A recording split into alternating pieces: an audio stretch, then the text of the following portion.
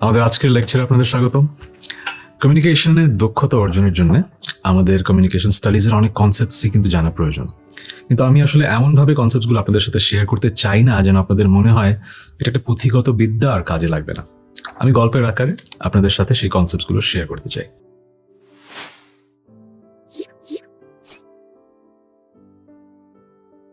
আজকে যে কনসেপ্টস নিয়ে আমি কথা বলবো সেটা হচ্ছে ক্লাসিফিকেশন অফ কমিউনিকেশন, কমিউনিকেশনের রকম ফের। কমিউনিকেশনের অনেক ধরনের ক্লাসিফিকেশন হয়, আমি সবগুলো আসলে আলোকপাত করব না।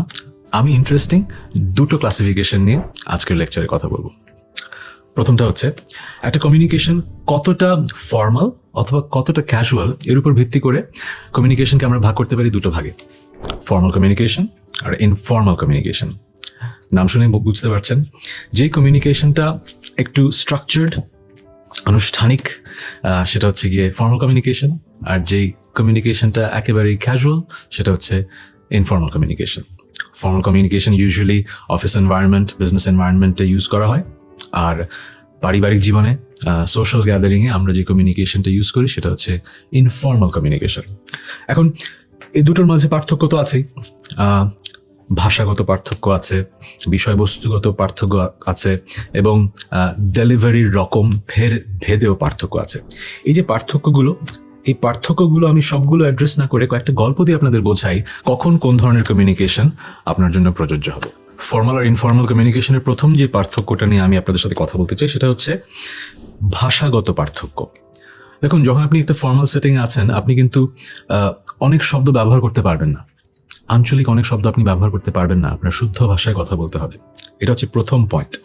যেমন দেখেন, আপনি যখন আপনার বন্ধুদের সাথে কোথাও আড্ডা দিচ্ছেন আপনি কিন্তু করছি, খেয়েছি, গেছি এরকম কথা বলতে পারেন, কোনো সমস্যা নেই। কিন্তু অফিস এনভায়রনমেন্টে কিন্তু হঠাৎ সবার মাঝে যদি আপনি এভাবে কথা বলা শুরু করেন, মানুষ কিন্তু ভ্রু কুচকাবে, আপনাকে একটু আলাদাভাবে দেখবে, মানে পুরো কমিউনিকেশনটা একটু কনফিউজিং হয়ে যাবে। সো আপনাকে অফিস এনভায়রনমেন্টে শুদ্ধ ভাষায় কথা বলতে হবে। আঞ্চলিক শব্দের ব্যবহার না করাটাই ভালো, বাট স্থানকাল পাত্র ভেদে হয়তো করতে হতে পারে, সেটা আপনার অফিসের কালচারটা কেমন সেটার উপর নির্ভর করবে। এছাড়া আরেকটা ব্যাপার আছে, আমরা হয় কি এক এক জেনারেশনে এক এক ধরনের ক্যাচ ফ্রেজ ইউজ করি, সেগুলো আমরা ইউজ করতে এত অভ্যস্ত হয়ে যাই, মাঝে মাঝে অভ্যাসবশত ফর্মাল সেটিংয়েও ওই ক্যাচ ফ্রেজগুলো আমরা ইউজ করে ফেলি। যেরকম জোস, সেই হয়েছে, এই কথাগুলো কিন্তু আমরা বলি। এটা যে একটা ফর্মাল লেকচার, আমি হয়তো বোঝানোর জন্য খুব সেফ ওয়ার্ড ইউজ করলাম, কিন্তু আমার জীবনে অভিজ্ঞতা আছে ক্লাসরুম এনভায়রনমেন্টে, কর্পোরেট এনভায়রনমেন্টে আমি মানুষকে অভ্যাসবশত হঠাৎ শিট, ফাক এই শব্দগুলো ব্যবহার করতে দেখেছি। সো আপনাকে মনে রাখতে হবে, এই শব্দগুলো হয়তো বন্ধুদের সামনে আপনি বলে ফেলতে পারেন, কিন্তু একটা ফর্মাল কমিউনিকেশন সেটিংয়ে কখনো যেন মুখ থেকে না বের হয়। This would be devastating. Informal এবং ফর্মাল কমিউনিকেশনের দ্বিতীয় যে পার্থক্যটা যেটা আপনাদের বুঝতে হবে সেটা হলো কাঠামো বা স্ট্রাকচার। কাঠামো বা স্ট্রাকচার বলতে কি বোঝাচ্ছি? যখন আমরা নিয়ম মেনে কিছু কাজ করি তার মানে একটা কাঠামোর মধ্যে আমরা ফাংশন করছি। যেরকম ধরুন, আপনি যখন অফিস এনভায়রনমেন্টে কমিউনিকেট করছেন, ধরুন একটা ইমেল কমিউনিকেশন, সেটার কিন্তু একটা কাঠামো আছে। কিন্তু আপনি যখন ফ্রেন্ডকে ইমেল করছেন কোনো কাঠামো কিন্তু নেই, আপনি এক লাইন লিখে কিন্তু সেন্ড বাটনটা প্রেস করতে পারেন। কিন্তু যখন ফর্মাল কমিউনিকেশন হবে, বস বা কলিগ বা ক্লায়েন্ট, তখন কি হবে, কিছু স্যালুটেশন আছে, কিছু ধরনের গ্রিটিংস আছে, কিছু ফর্মাল লাইনস আছে যেগুলো আপনাকে লিখতে হবে, একটা ফর্মাল এন্ড এবং একটা ফর্মাল ওপেনিং লিখতে হবে। সো এই কাঠামোগুলো যদি আপনার জানা না থাকে তখন আপনার ইমেলটা আনপ্রফেশনাল ভাবা হবে। সো এই কারণে যখন রিটেন কমিউনিকেশন, আপনাকে কাঠামো ফলো করতে হবে।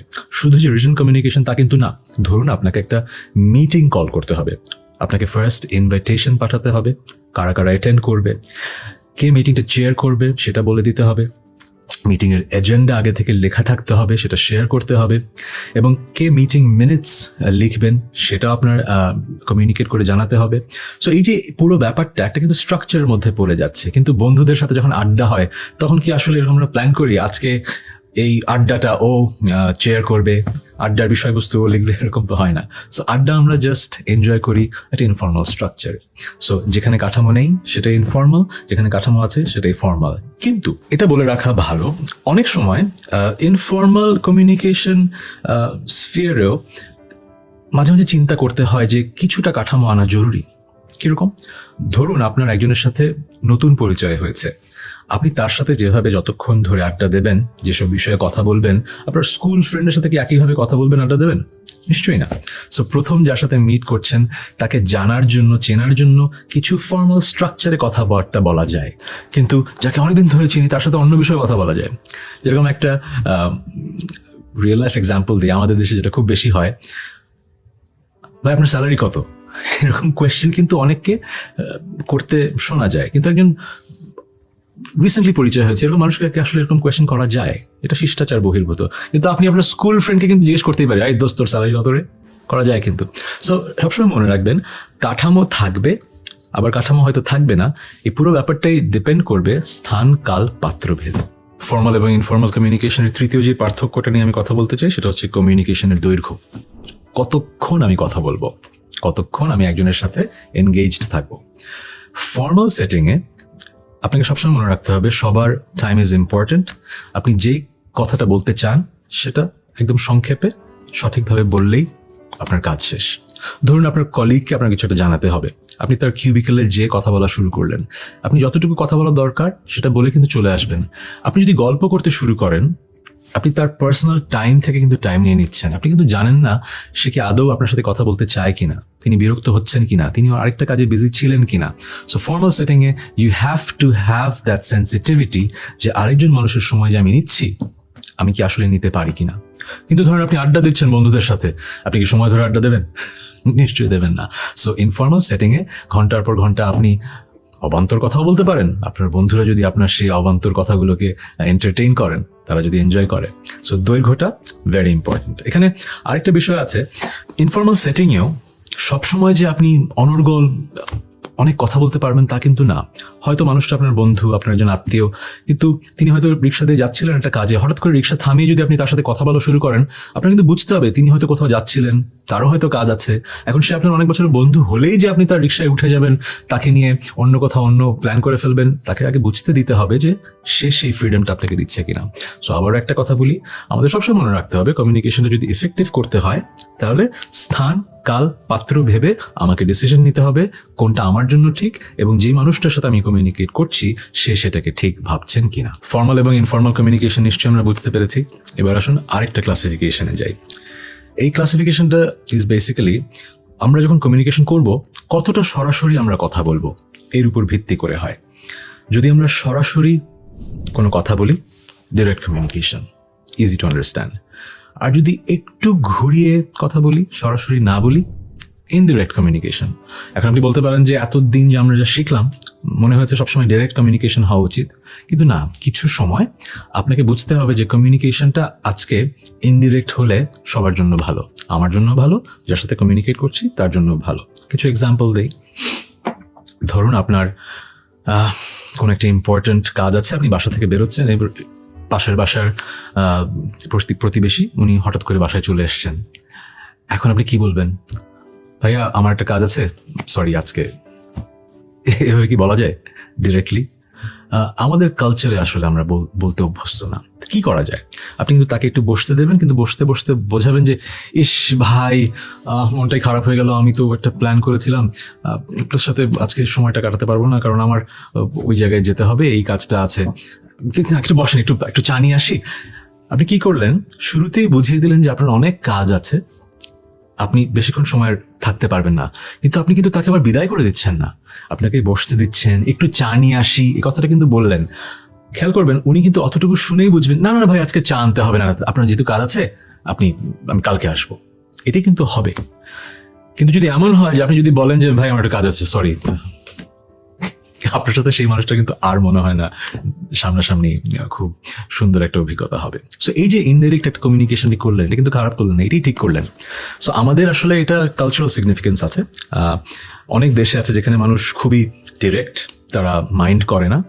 আবার অনেক দেশে আছে ডিরেক্ট হওয়াটা রুড, অভদ্রতার পর্যায়ে পড়ে। সো আমাদের দেশে যেহেতু এই ধরনের সিচুয়েশনে ডিরেক্ট হওয়াটা একটু রুড, আমাদের একটু বুঝে কমিউনিকেট করতে হবে, হয়তো ইনডাইরেক্ট কমিউনিকেশনটাই এখানে শ্রেয়।